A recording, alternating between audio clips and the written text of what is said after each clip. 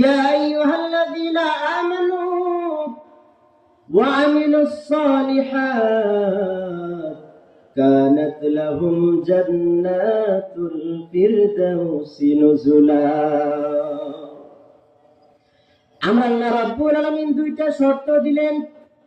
ইন্নাল্লাযীনা আমানু, যারা ঈমান আনবে, ওয়া আমিলুস সালিহাত, এবং যারা নেক কাজ করবে।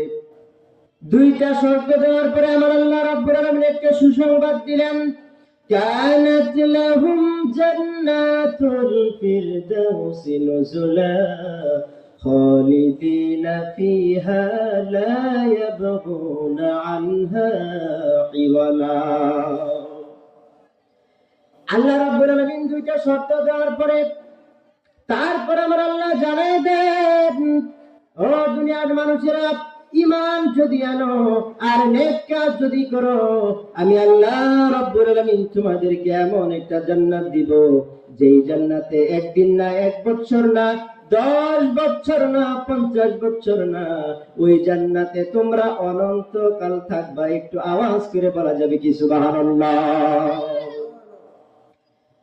আমার আল্লাহ রাব্বুল আলামিন প্রথম শর্ত দিলেন ঈমান। ঈমানটা এত দামি, ঈমানটা এত দামি, বিশ্বনবী বলেন, কেউ যদি জান্নাতে যেতে চায়, তাহলে কোনো আমল থাকুক আর না থাকুক, এই ঈমানটা ওই মানুষটাকে জান্নাতে নিয়ে যাবে। একটু আওয়াজ করে বলা যাবে কি সুবহানাল্লাহ?